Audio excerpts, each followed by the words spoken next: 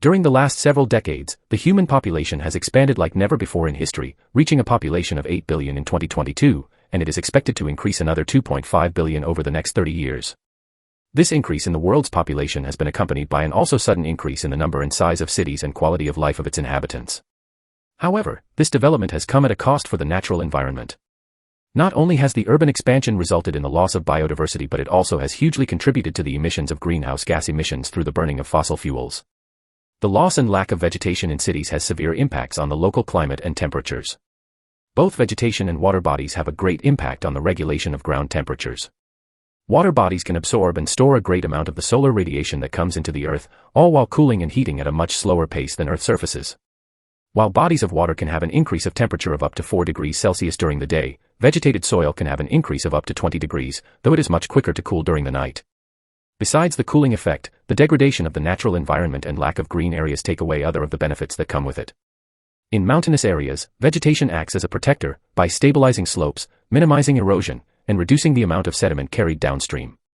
In this context, it became clear the urgency of the elaboration of a climate resilience masterplan for the city of Monterrey. However, in order to create it, it was important to have clarity on what it actually is. Although there is no consensus on what resilience is or means, it is a concept that has been widely used in sustainability forums. Considering several authors and the common knowledge, resilience can be defined as the ability of a system, in this case, a city, to deal with unexpected disturbances by being prepared to face them, cope with them and, afterwards, recover. The recover part of the concept, however, becomes conflicting. While some may point that resilience is about recovering, others would say that it is about not just recovering but building back better, since the system as it is, cannot be resilient nor sustainable, and thus WHE sold not aim to going back to the original state. Having established that, a plan for Monterrey was created. The city of Monterrey is famous for its mountains, its extreme weather and economic prosperity, which also have a heavy influence on the city's identity and culture. Though the city started in the flat parts of what is now the metropolitan center, it has expanded further from the original settlement in all directions. The expansion of the urban sprawl into higher parts in the mountains has repercussions on the natural environment. The dramatic topography of mountain regions leads to their ecological fragility. It is susceptible to more significant damage from human disturbance, and has high ecological rehabilitation costs. The destruction of some sources will negatively impact the overall ecological environment because of the more systematic character of the ecological sources in cities made up of continuous mountains and water systems.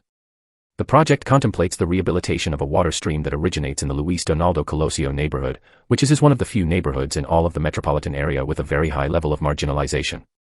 The water stream also acts as a limit with the contiguous ampliation Nuevo Mexico, and Alianza de Taxistas, which are also neighborhoods with high marginalization. This zone and that specific stream was selected because of the fact that a great part of the stream is still not canalized nor tubed. Other factors considered were the fact that it passes through neighborhoods with high and very high levels of marginalization and population density, meaning it would have a more significant impact. The decision to make this project about the water streams from the mountains was in part due to a desire to recognize and dignify these streams that are, in a way, the veins of our city's water network. Also, given the geographical characteristics of the city, it is a project that can be easily replicated in other parts of the metropolis. Corredor Nuevo Mexico was thought as a linear park and pedestrian corridor named after the surrounding neighborhoods in Guadalupe, Nuevo León. It transforms the stream into a walkway that boosts water absorption, managing water sustainably from mountain sources and rainfall.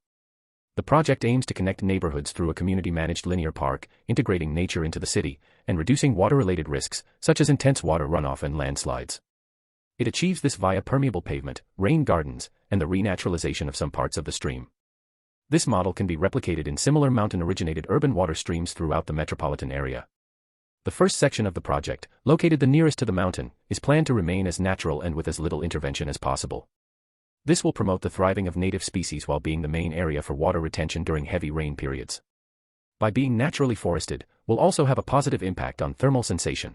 The second section, which is characterized by its location fully within a residential area.